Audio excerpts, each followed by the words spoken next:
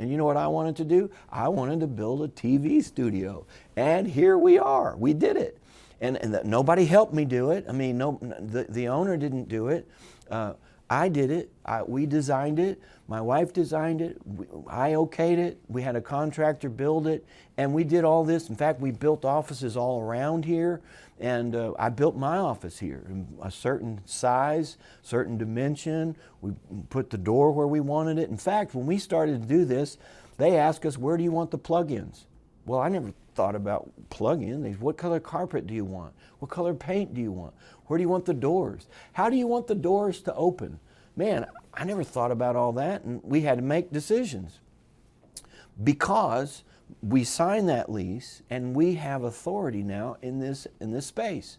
We put the doors where we want it. They open the way we want them. So the downside of that is if you don't have a plug-in where you want it, if the door opens the wrong way, if the office isn't big enough, it's my fault. That's personal responsibility. And it's so true in spiritual things. God has turned so much over to us, and He's given us so much authority, because even though Satan's here, because of what Jesus did, we now have authority back. There are things in our life that are the way they are because of our own inactivity, our own refusal to take our place and to do our part. If you don't like where the plug-in is, move it. You have the authority to do that. I could change things in this office if I chose to. I could call a contractor and say, look, I don't like that wall, let's just move it. And they would allow me to do that. You know, it's so strange. Authority is such a powerful thing. The other day, this actually happened. The owner of this building came to look. They knocked on the door. It's his building. Knocked on the door and asked if they could come in and see the office and see the TV studio. And we gave them permission to do that. But isn't that strange? He owns it. You'd think he could just walk around here and do whatever he wants. But there's an arrangement. There's an agreement that we both have to honor legally. And he can't just walk in here anytime he wants, even though he owns it. And you know, he didn't build it, but if he'd have built it and owned it, he still couldn't just walk over our rights and do things that are not prescribed in that lease.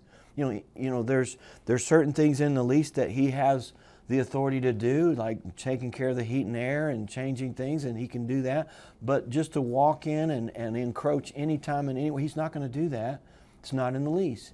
And God's not doing it either. And that's one reason the world's so messed up. You know, people have this saying, this question. They say, if there is a God, then why is all this evil in the world? Why is there so much hurting and pain and suffering? They go on. And I'll tell you why. Because there's a devil. There's a kingdom of darkness set up here. And he's going about his work to destroy humanity. He's declared war on people. And, you know, we need to remember that, realize that. It's not us against them as far as people goes. It's the enemy, Satan, against humanity. He wants to destroy every life. He wants to make everyone miserable. And in that sense, we're all on the same side. We've been declared war on. And it's time that we took it seriously and fought back. So the space would be the earth. The time, however, is limited. In our case here, it's a 5-year lease, and then we have the option to renew. Can I just say, when the lease on earth runs out, there's not going to be any option. It's over. Thank God. And a new age will begin. But the Bible specifically talks about this dispensation, or the time that we're in this present lease, and talks about the end of the age. Well, that's when the lease is up.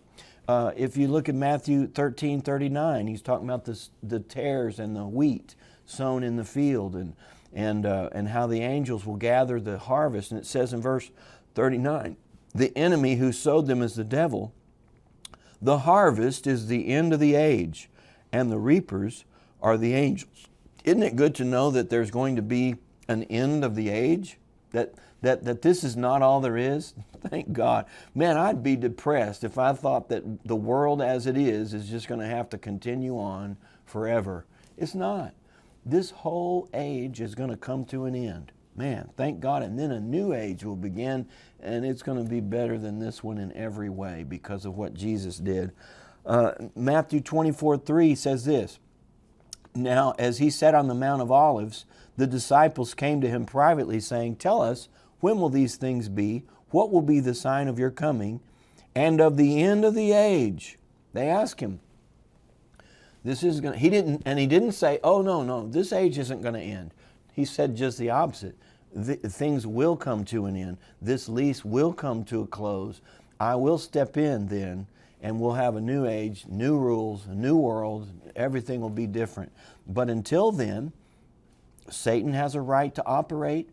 We have a right to operate. The kingdom of God and the kingdom of Satan are actually cohabitating the earth. They're both operating here at the same time, and we need to be aware of that.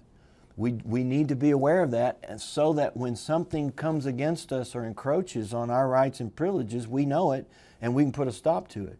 Because authority works if you work it. Man, we're going to get into this. There's so